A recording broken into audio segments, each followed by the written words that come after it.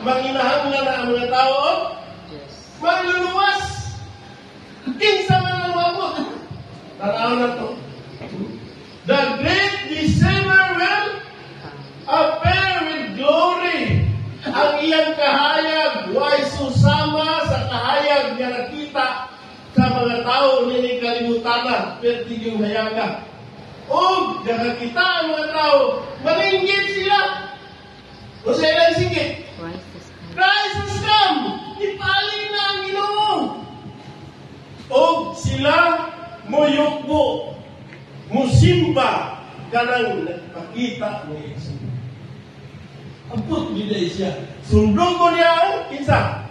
Si Ginoong Yesus. Makita. Pero, makita sa tipo kalimutan, pinaagi na sa mga kanila. Muna, isulti niya, invite ako ng ilang dibasa. Darkly isulti people doon. Page 41, paino na sa 45, may isulti, mahimo inyong basahon din na sa tipo. Naala online, pwede na nyo i-download na iso. Mabasa kita siya. Ay, balo na sa tuanaan. Kay basin o muapil ka, bakit ay na ka dyan ang Ginoo, muapil ko taguhod. Mailag ka, mga isuon. Kunya, sa diyan na nakita siya, nisimpa na sila sa mananoy, malumong at tingog, magasulti siya. Nanindot kayong langit, akong iandam para sa inyo, ha. Ayuhon niya ang ilang mga balatian, mga isuon. Kunya, sa iyahang ipakita nga siya si Kristo ni Ara.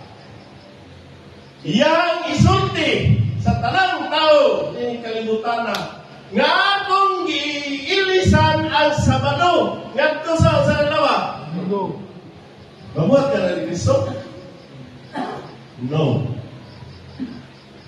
Ni ani siya dili alang sa pag bungkag kundi alang sa pag tuman ini. Nya karon kinsa man ang Kristo? Nganong iyang nangipulihan? Napayon, ang magpadayon sa pagbalaan ini adlaw sa Sabado, kapitong adlaw, iyang gideklarar nga nagapasipala sa iyang ngalan pagkangingig ni Kristo. Kung magpadayon mo simpa sa adlaw sa Sabado, iya daw, inyo daw ipasipalahan ang iyang balaan ng ngalan. Mabuhat ni Kristo?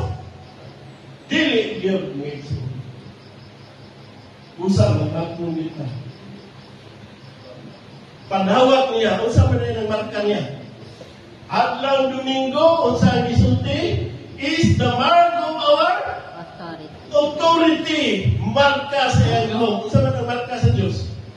7. And hallow my Sabbath, that is a